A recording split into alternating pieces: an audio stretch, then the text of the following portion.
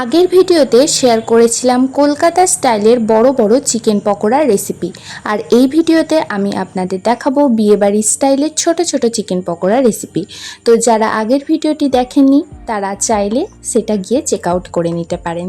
তো চলুন বেশি কথা না বাড়িয়ে তাড়াতাড়ি শুরু করা যাক। প্রথমেই বোনলেস চিকেনগুলোকে ছোট ছোট আকারে কেটে নিয়েছি, তারপর দিয়ে নিচ্ছি বিভিন্ন রকম মশলা, জিরে গুঁড়ো, ধনে গুঁড়ো, গোলমরিচ গুঁড়ো, কাশ্মীরি লঙ্কার গুঁড়ো, স্বাদ মতন লবণ আর পাতিলেবুর রস। তারপর এর মধ্যে দিয়ে নেব কুচনো লঙ্কা কুচি, পেঁয়াজ কুচি, কারি পাতা, একটা ডিম, দিয়ে নেব 3 চামচ কর্নস্টার্চ আর 1 চামচ ময়দা। তারপর এগুলোকে ভালোভাবে মিশিয়ে নিয়ে 30 মিনিটের জন্য ম্যারিনেশনে রাখবেন।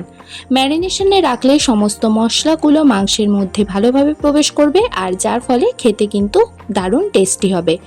এরপরেই কড়াইতে বসিয়ে দিলাম তেল গরম করতে। তেল গরম হয়ে যাবার পরই এক এক করে চিকেনগুলোকে ছেড়ে দিলাম।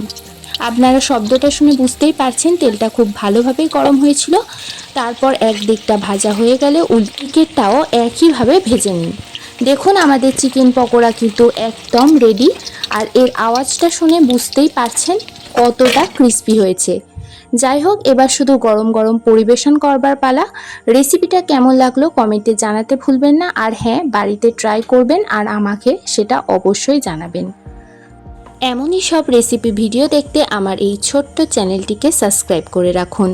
দেখা হচ্ছে পরবর্তী নতুন কোনো ভিডিওতে। ততক্ষণ পর্যন্ত সবাই খুব ভালো থাকবেন, সুস্থ থাকবেন। Tata, bye bye.